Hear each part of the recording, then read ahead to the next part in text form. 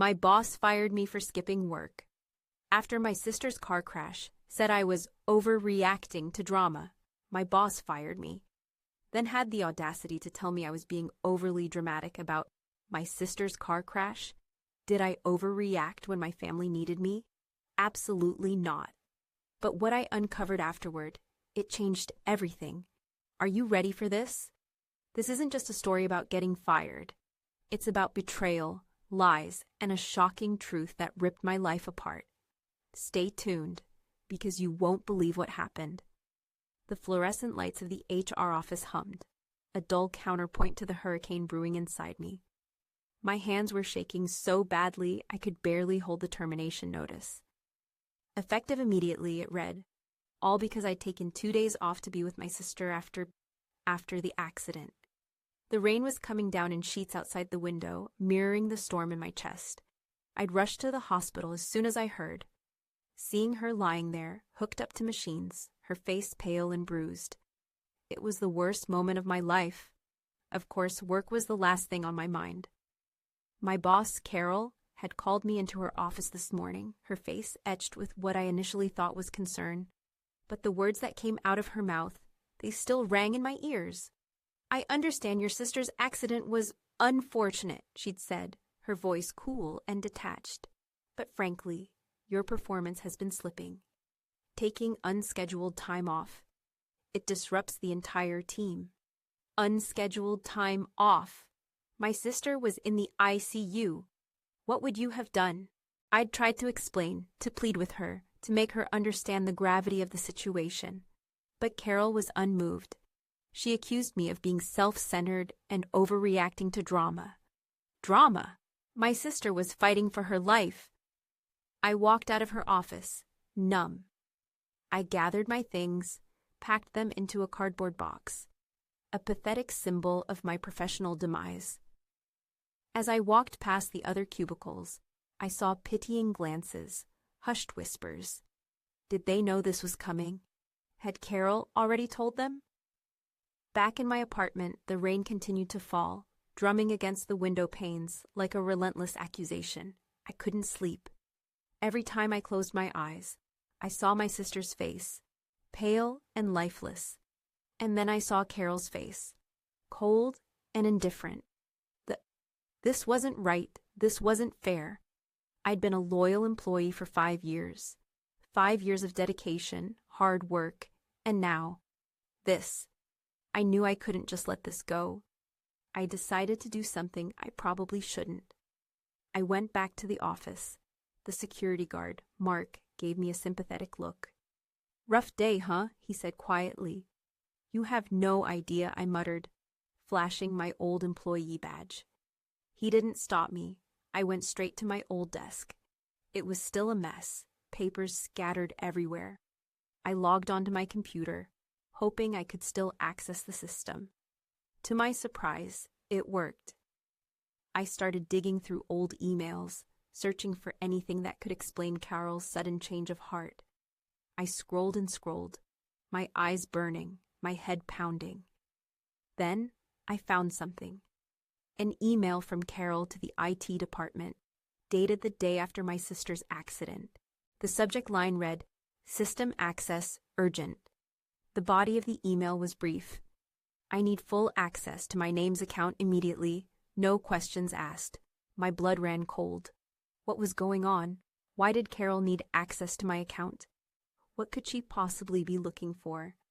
I decided to check the system logs to see who had been accessing my account and what they had been doing.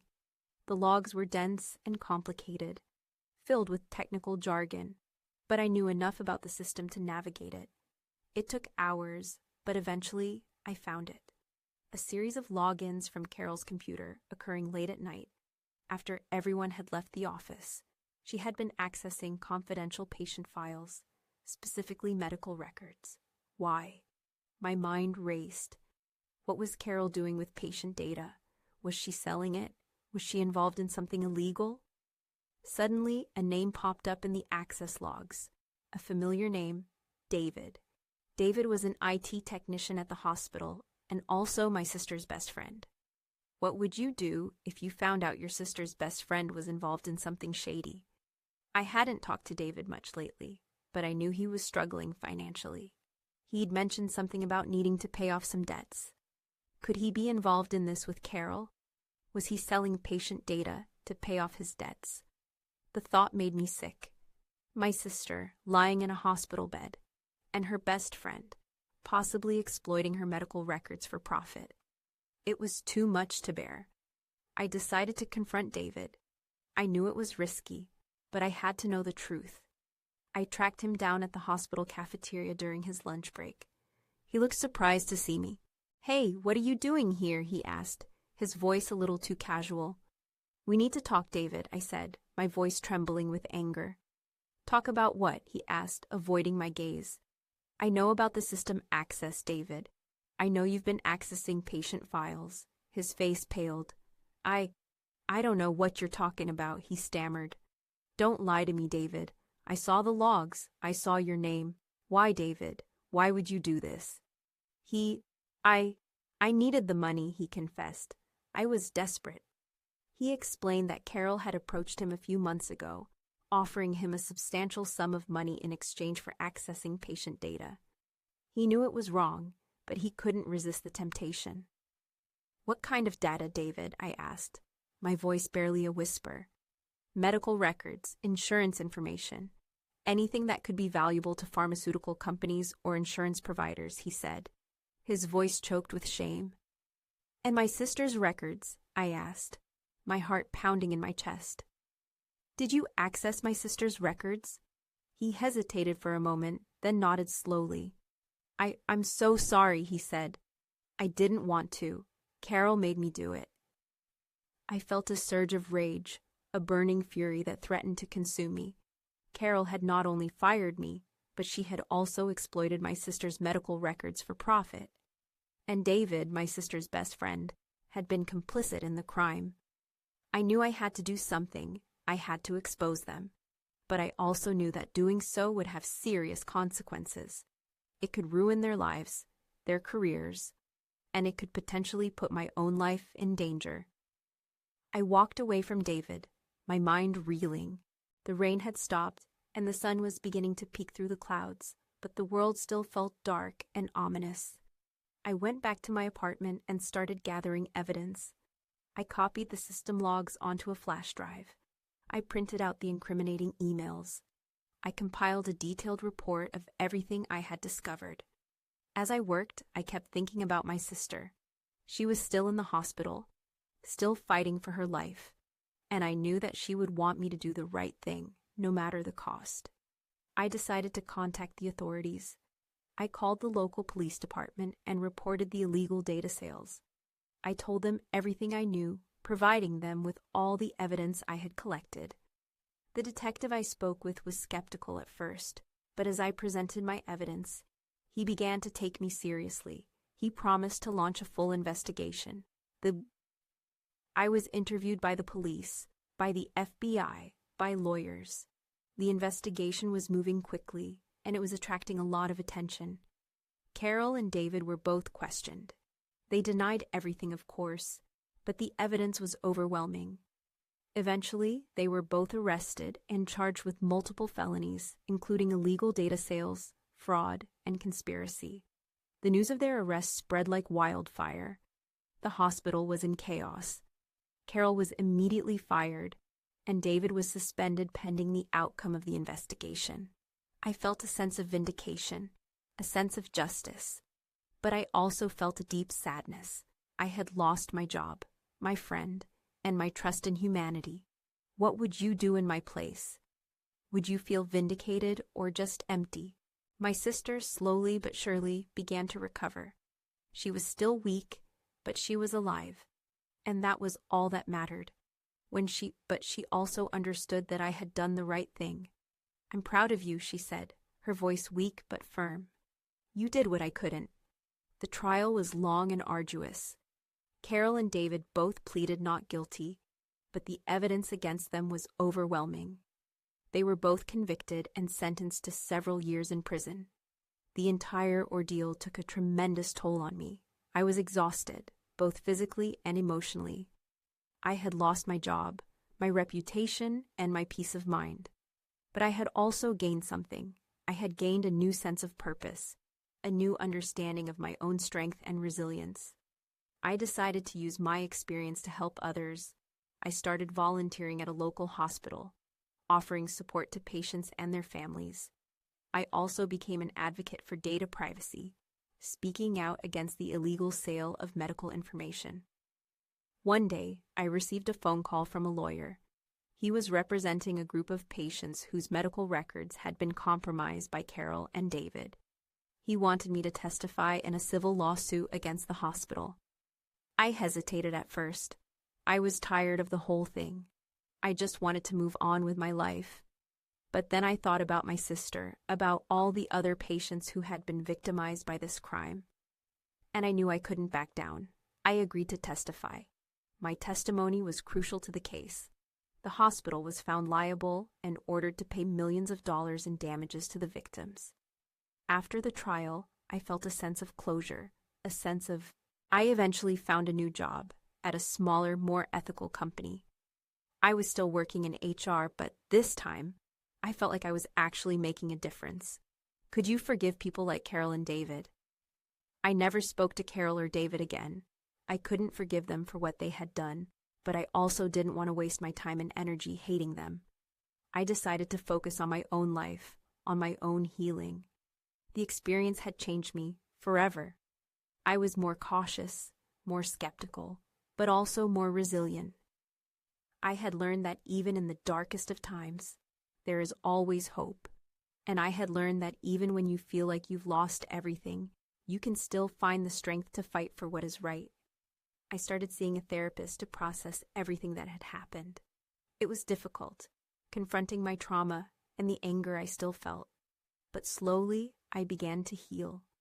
I started painting again, something I hadn't done since college. The colors helped me express the emotions I couldn't put into words. I found joy in simple things again. A walk in the park, a good book, a shared laugh with my sister. One evening, I was browsing through online job postings when I saw a position for an HR manager at a nonprofit organization dedicated to patient advocacy. The job description mentioned a need for someone with experience in data privacy and a passion for ethical practices. It felt like it was written just for me. I applied immediately, pouring my heart into the cover letter, explaining my experiences and how they had shaped my commitment to protecting patients' rights. I didn't hide anything, sharing the story of my firing and the illegal data sales I had uncovered. To my surprise, I received a call back within days. The director of the organization, a warm and compassionate woman named Sarah, was impressed by my honesty and my passion. She wanted to meet me in person. The interview went well. Sarah listened intently as I recounted my story, nodding with understanding and empathy. She admired my courage and my determination to turn a negative experience into something positive. She offered me the job on the spot. I accepted without hesitation. Working at the nonprofit was incredibly fulfilling. I felt like I helped implement stricter data privacy policies, trained staff on ethical practices, and advocated for stronger patient protections. The rain had stopped. The sun was shining, and for the first time in a long time, I felt like Everything changed in the office when David betrayed me and Carol fired me. It was a nightmare. But now I am stronger. I am happier. I am making a difference. So what would you have done? Would you have exposed the truth? Even if it meant risking everything, tell me in the comments below. And don't forget to like and subscribe for more true stories of betrayal and triumph. It's funny, isn't it? How something so awful can lead to something so good. I look back now, and while the pain is still there, it's dulled. It's like a scar, a reminder of what I went through, but also proof that I survived.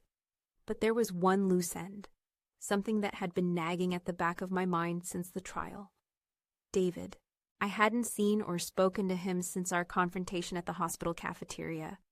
I knew he was in prison, but I couldn't shake the feeling that I needed to talk to him, to understand him.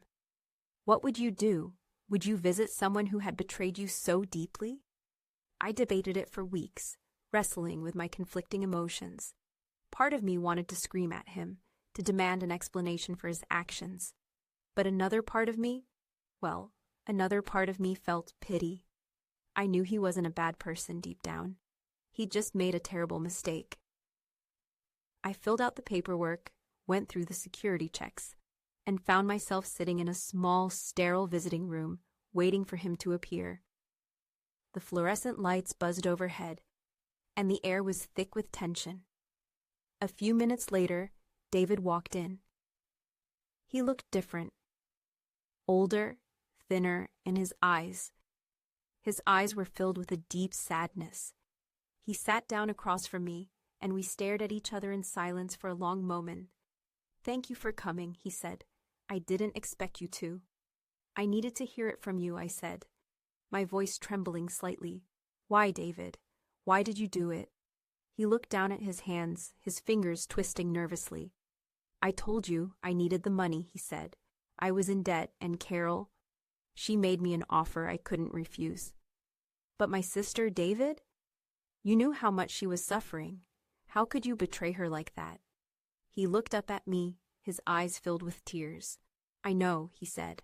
"I'm so sorry. I'll never forgive myself." He explained that Carol had pressured him, threatened him. She knew about his debts and used them against him. She convinced him that it was a victimless crime, that no one would get hurt. But he knew, deep down, that it was wrong. "I was weak," he said. "I let greed get the better of me." I listened to him, my heart aching with a mix of anger and sorrow. I wanted to hate him, but I couldn't. I saw the remorse in his eyes, the genuine regret in his voice. "What are you going to do when you get out?" I asked. He shrugged. "I don't know," he said. "I've ruined my life. No one will ever trust me again." I thought about it for a moment. "I know someone who might be able to help you," I said. I told him about the non-profit organization where I worked. I explained that they sometimes hired people with difficult pasts, giving them a second chance. "It won't be easy," I said. "You'll have to work hard to earn back people's trust. But if you're willing to do the work, I think you can make a fresh start." He looked at me, his eyes filled with hope. "Thank you," he said. "Thank you for believing in me." I stood up to leave. "Don't let me down, David," I said. "This is your chance to make things right." As I walked out of the prison, I felt a sense of relief. I had. But the story doesn't end there. A few months later, I received a letter from David. He had been released from prison and was working at the nonprofit organization. He thanked me again for giving him a second chance. He said he was working hard to earn back people's trust, and he was determined to make a positive contribution to society. He ended the letter with a simple but powerful statement. I had helped someone find redemption, and I had. But then, another twist. One rainy afternoon, I received a call from Sarah, the director of the nonprofit. She sounded distressed. "I need to talk to you about David," she said. My heart sank. What now? Had David messed up again? Had he betrayed my trust? I rushed to the office, my mind racing with possibilities. Sarah was waiting for me in her office, her face etched with worry. "David has been doing excellent work," she said. "He's been a valuable asset to our team, but we've discovered something troubling." She explained that during a routine audit of the organization's financial records, they had found some discrepancies. It appeared that someone had been embezzling funds, and the evidence pointed to David. My blood ran cold. Could it be true? Had David betrayed me again? Was he incapable of change? Sarah handed me a folder filled with documents. I started to review them, my eyes scanning the numbers, the dates, the signatures. The evidence was damning. It seemed clear that David was involved, but something didn't feel right. I knew David. I had seen the remorse in his eyes, the determination in his voice. He had seemed genuinely committed to turning his life around. Could he really have reverted to his old ways? I decided to investigate further. I spent hours poring over the financial records, searching for any clues that might exonerate David. I talked to his colleagues, asking them about his behavior, his work habits, his interactions with others. Everyone said the same thing. David had been a model employee. He was hardworking, dedicated, and trustworthy. They couldn't believe he would be capable of embezzlement. Then I found something. A small detail hidden in the fine print of one of the financial documents. A transaction that didn't quite add up. I traced the transaction back to a different employee, a senior accountant named Michael. Michael had been with the organization for many years, and he was well respected and trusted. But as I dug deeper, I uncovered a pattern of suspicious activity. Michael had been siphoning off funds from the organization for months, using a complex web of transactions to cover his tracks. I confronted Sarah with my findings. She was shocked. She had trusted Michael implicitly, but she agreed to launch a full investigation. The investigation revealed that Michael had indeed been embezzling funds. He had framed David to take the fall. Michael was arrested and charged with multiple felonies. David was exonerated. Sarah apologized to David for suspecting him, and she praised him for his integrity. I felt a huge sense of relief. David had been innocent all along, but I also felt a deep anger towards Michael. How could he have been so cruel, so heartless? What would you do if you found out a trusted colleague had framed an innocent person? I confronted Michael in jail. He refused to admit his guilt. He claimed that he had been forced to do it by someone else. But I didn't believe him. I saw the lies in his eyes. I walked away, disgusted.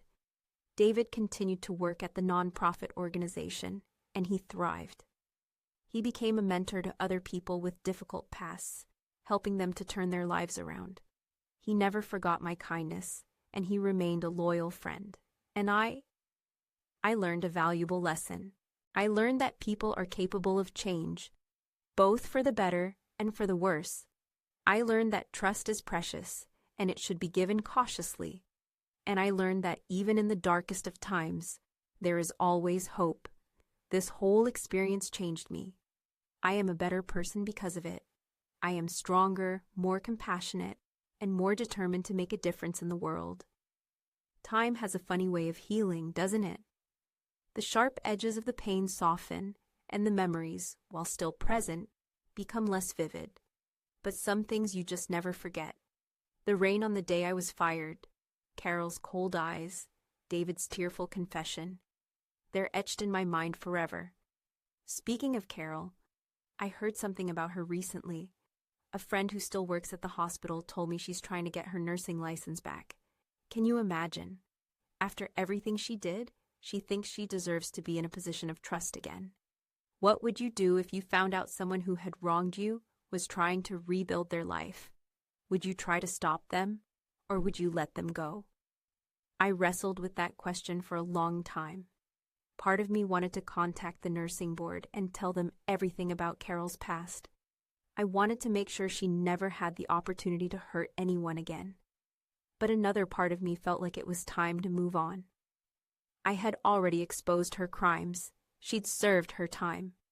Was it really my place to continue to punish her? I decided to talk to my therapist about it. She listened patiently as I explained my conflicting feelings. She reminded me that I had already done everything I could to hold Carol accountable for her actions. I had exposed her crimes. I had testified against her in court, and I had helped to bring her to justice. I had done my part. It was no longer my responsibility to control what happened to her. The therapist suggested that I focus on my own healing and my own future. She encouraged me to let go of the anger and resentment that I was still holding on to. It wasn't easy, but I took her advice. I realized that holding on to the past was only hurting me. I deserved to be happy, to be free from the negativity that Carol had brought into my life. I made a conscious effort to forgive her, not for her sake, but for my own. I didn't condone her actions, but I refused to let them define me. I focused on my work at the nonprofit, on my relationships with my friends and family, and on my own personal growth. Slowly but surely, I began to heal. And then, my sister. She was doing so well. recovering beautifully. She was back at work, living a normal life. But then she started having these headaches. Terrible, debilitating headaches that would leave her bedridden for days. The doctors ran tests, but they couldn't find anything wrong. They suggested it might be stress-related or a side effect of her medication. But I knew something was wrong. I could see it in her eyes. She was hiding something. I tried to talk to her about it, but she brushed me off. She insisted that she was fine, that it was just a temporary setback. But I didn't believe her. One night, I went to her apartment to check on her. She was asleep on the couch, her face pale and drawn. I noticed a prescription bottle on the coffee table. I picked it up and read the label. It was a powerful painkiller, something she had never taken before. My heart sank. Where had she gotten this medication? Why hadn't she told me about it? I decided to do some investigating. I went to her doctor's office and asked to see her medical records. The receptionist was hesitant at first, but I explained that I was her sister and that I was concerned about her health. Eventually, she relented and allowed me to review the records. What I found shocked me to my core. My sister had been diagnosed with a serious medical condition, a condition that could be life-threatening if left untreated. But she hadn't told me. Why? Why would she keep something like that a secret? I confronted her about it. She broke down in tears. She explained that she had been afraid to tell me. She didn't want to burden me with her problems. She knew how much I had been through, and she didn't want to add to my stress. I was furious. How could she think that I wouldn't want to know? How could she keep something so important from me? I told her that she should have trusted me, that I would always be there for her, no matter what. I told her that we were family, and that we needed to support each other through thick and thin. She apologized profusely, and we hugged it out. I helped her find the best doctors, and I supported her through her treatment. It was a difficult time, but we got through it together, and our bond became even stronger. Through all of this turmoil, through the betrayal, the lies, the health scares, I've learned something invaluable: the importance of honesty, the power of forgiveness, and the unbreakable bond of family. And then there's Mark, the security guard. Remember him? The one who gave me that sympathetic look when I snuck back into the office to check my computer after I'd been fired. Well, he reached out to me a few months ago. He said he had something he needed to tell me, something he'd been holding on to for a while. I met him for coffee at a little cafe downtown. The sun streamed through the window, illuminating the dust motes dancing in the air. Mark looked nervous, fidgeting with his coffee cup.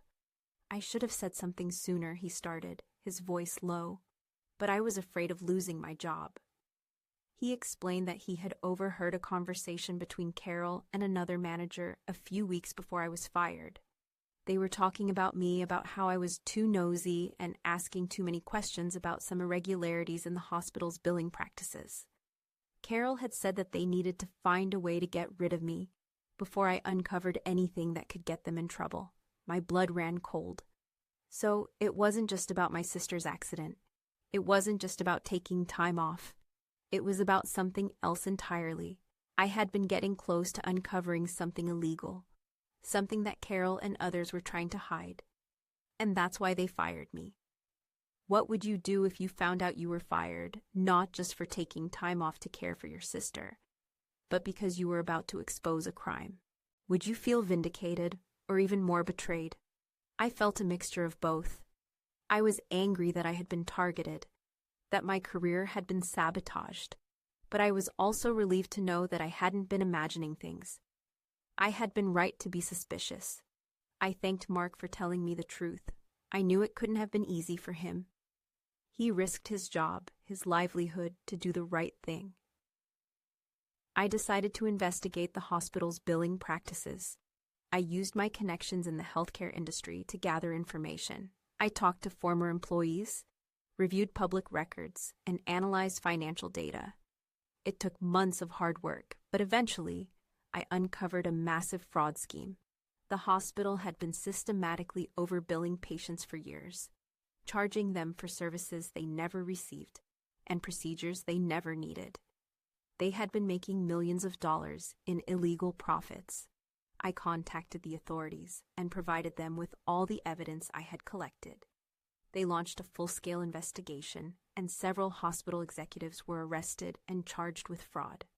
The hospital was fined millions of dollars, and they were forced to reimburse the patients who had been overbilled.